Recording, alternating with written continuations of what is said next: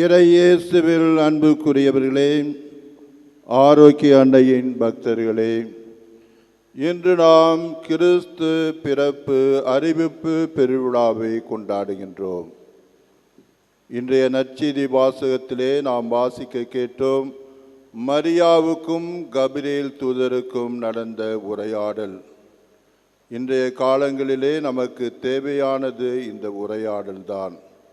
மனித வாழ்விலே நாம் எப்படி உரையாடல் வேண்டும், அந்த உரையாடல் உறவாக மாற வேண்டும், அந்த உறவு அன்பு சேவையில் முடிய வேண்டும் என்பதை இன்றைய வாசகம் நமக்கு எடுத்து காட்டுகின்றது. கபிரியேல் தூதர் மரியாவிடம் தோன்றி இறை உணர்வை உணர்த்துகின்ற வார்த்தைகளை அவர் அங்கு சொல்லுகின்றார். உறவை வளர்க்கும் வார்த்தைகளை சொல்லுகின்றார், இனிமையான வார்த்தைகளை சொல்லுகின்றார். அருள் நிறைந்த மரியே, ஆண்டவர் உம்முடனே என்று சொல்லிய உடனே செய்திக்கு வருகின்றார். உன்னிடம் ஒரு குழந்தை பிறக்கும், நீ கருவுற்று பிறக்க இருக்கின்ற அந்த குழந்தைக்கு இயேசு என்று பெயரிட வேண்டும். அவர் மேன்மை மிக்கவராயிருப்பார், தாவீதின் அரணியை அரசாட்சி செய்வார், அவருடைய ஆட்சிக்கு முடிவே இராது என்று பிறக்க இருக்கும் குழந்தையை பற்றி கூறுகின்றார். ஆனால் மரியாவுக்கு ஒன்றுமே புரியவில்லை. உடனே அவர் வினா எழுப்புகின்றார். நான் கன்னியாயிற்றே, எப்படி இது நிகழும் என்று அவர் கேட்கின்றார். இந்த உரையாடலில் கவனிக்க வேண்டியது, உரையாடல் என்பது ஒன் வே டிராபிக் அல்ல, டூ வே டிராபிக். ஒருவர் மட்டும் பேசுவதல்ல, இருவரும் பேச வேண்டும், மனம் திறந்து பேச வேண்டும், எந்த கேள்வியானாலும் கேட்க வேண்டும். மரியாவுக்கு உண்மையிலே எதுவுமே புரிந்திருக்காது. ஆகவேதான் இந்த வினாவை கேட்கின்றார். இந்த வினாவை கேட்டவுடனே கபிரியேல் தூதர் மிக அழகாக ஒவ்வொரு பாயிண்டாக வைத்து அவருக்கு விளக்கம் கூறுகின்றார். முதலிலே மரியாவை எடுத்துக்கொள்கின்றார். மரியா, கலங்க வேண்டாம், அஞ்ச வேண்டாம், தூய ஆவி உம்மீது வருவார், தூய ஆவியுடைய வல்லமை ஆட்கொள்ளும், அப்போது நீ அனைத்தையும் உணர்ந்து கொள்வாய் என்று மரியாவுக்கு கூறுகின்றார். அடுத்து குழந்தையை பற்றி கூறுகின்றார். உமக்கு ஒரு மகன் பிறப்பான், இந்த குழந்தை தூயது, இறை மகன் என்று அழைக்கப்படும் என்று குழந்தையை பற்றி கூறுகின்றார். மரியாவுடைய விசுவாசத்தை உறுதிப்படுத்துவதற்காக ஒரு சாட்சி கூறுகின்றார். உன் உறவிலான எலிசபெத்தும் முதிர்ந்த வயதில் கரு தாங்கி இருக்கின்றால், கருவுற இயலாத அவளுக்கு இது 6ஆம் மாதம், கடவுளால் இயலாதது ஒன்றுமில்லை. இதுதான் முக்கியமான கருத்து. இதை கேட்டவுடனே மரியாள் நம்புகின்றார். அந்த தேவதூதர் சொன்ன எல்லா வார்த்தைகளும் மரியாவுக்கு புரிந்திருக்காது. ஒரு சிலர் புரிந்திருக்கும், சிலர் புரியாமல் இருந்திருக்கும். மரியாள் என்ன நினைத்தால், புரிந்தவரை நான் ஏற்றுக்கொள்கின்றேன், புரியாதவற்றை எல்லாவற்றையும் உமக்கு ஒப்பு கொடுக்கின்றேன் என்று, நான் ஆண்டவுடைய அடிமை, உமது வார்த்தையின்படி ஆகட்டும் என்று கூறி தன்னையே இறைவனிடம் சரணாகதி அடைகின்றார்.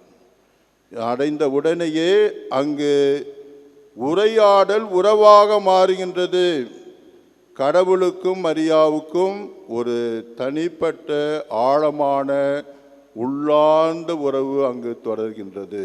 இதை புனித அகஸ்தினார் என்ன கூறுவார் என்றால், மரியாள் உடல் அளவிலே தாயாகும் முன்பு இதயத்திலேயே அவர் தாயாக மாறிவிட்டார் என்று கூறுகின்றார். அந்த அளவுக்கு மரியாவுக்கும் கடவுளுக்கும் அங்கு ஆழ்ந்த உறவு, தெய்வீக உறவு அனுபவத்தை பெறுகின்றார்.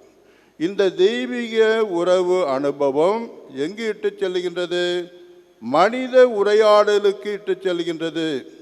மரியாவுக்கும் கபிரியேல் தூதருக்கும் நடந்த உரையாடல் கடவுளுடைய உறவு அனுபவத்தை தந்து மனித உரையாடலுக்கு இட்டு செல்கின்றது.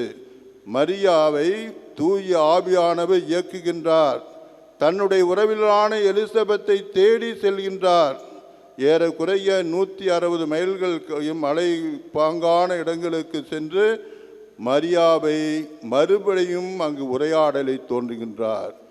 இதே உரையாடல் அங்கும் தொடர்கின்றது. எலிசபெத்தை பார்த்து ஆண்டவர் உம்முடனே என்று வாழ்த்திருக்கலாம், கடவுள் உங்களுக்கு ஆசிரியை தந்திருக்கின்றார் என்று வாழ்த்திருக்கலாம், உங்களுக்கு எலிசபெத்தை பார்த்து குழந்தை செல்வத்தை தந்திருக்கின்றார் என்று வாழ்த்தியிருக்கலாம்.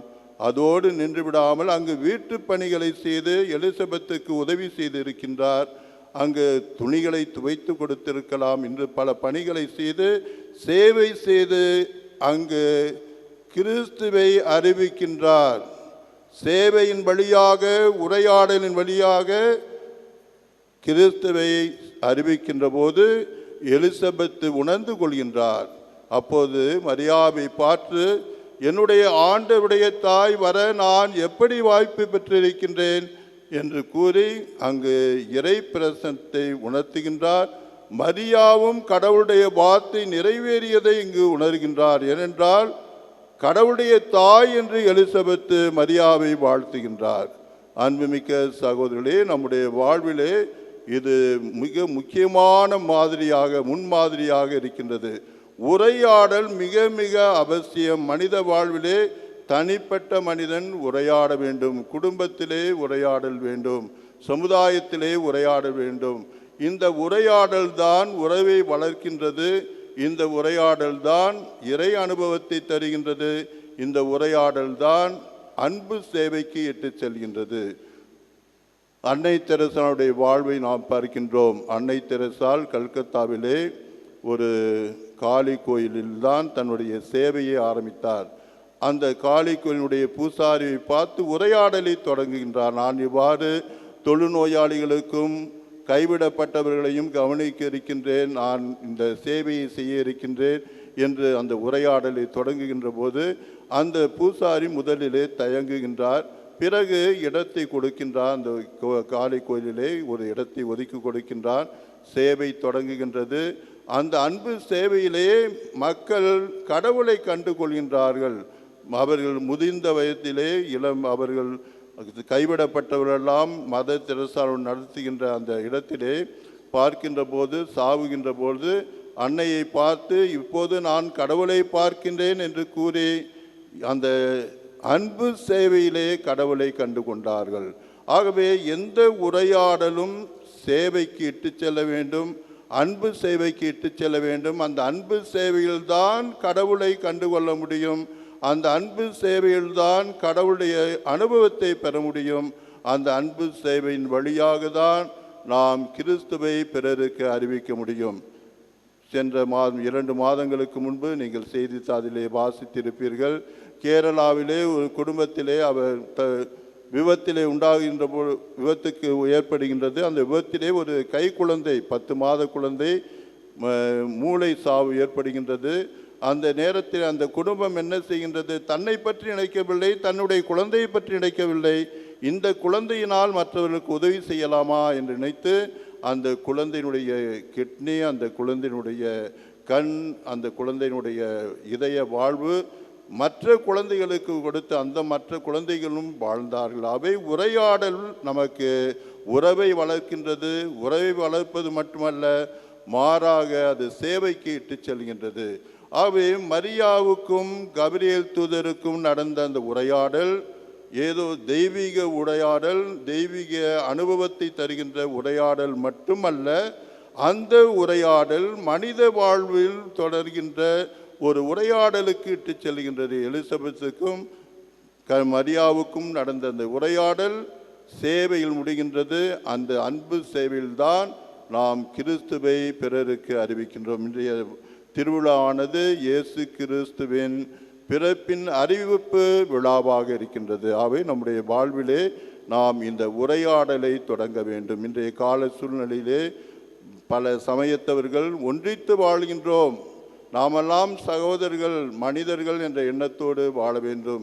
நாமெல்லாம் இங்கு கூடியிருக்கின்றோம். இந்த ஆலயத்திலே எத்தனையோ இந்து மத சகோதரர்கள், இஸ்லாம் மத சகோதரர்கள் வந்து அந்த அன்னையை தரிசிக்கின்றார்கள். அந்த அன்னையுடைய ஆற்றலையும் அந்த அன்னையுடைய பரிந்துரையும் உணர்ந்து இறை அனுபவத்தை பெற்று சேவை உள்ளத்தோடு அவர்கள் பணியாற்றுவதை நாம் பார்க்கின்றோம். ஒரு முறை இந்து சமய தலைவரும் கிறிஸ்தவ மத தலைவரும் பேசி கொண்டு இருக்கின்ற போது இந்து மத தலைவர் கிறிஸ்தவ மத தலைவருடைய நெஞ்சிலே ஒரு சிலுவை அடையாளத்திலே செயின் போட்டிருந்தார். அதை பார்த்து அவரை கேட்டார். அந்த கிறிஸ்தவ மத தலைவரிடம் கேட்கின்றார், இதனுடைய அர்த்தம் என்ன, அந்த சிலுவையினுடைய அர்த்தம் என்ன என்று கேட்டபோது அந்த கிறிஸ்தவ மத சமய தலைவர் கூறுகின்றார், இறை அன்பு பிறர் அன்பு நேராக இருக்கின்ற அந்த சிலுவையினுடைய அளவு இறை அன்பு பிறர் அன்பு என்று கூறுகின்றார்.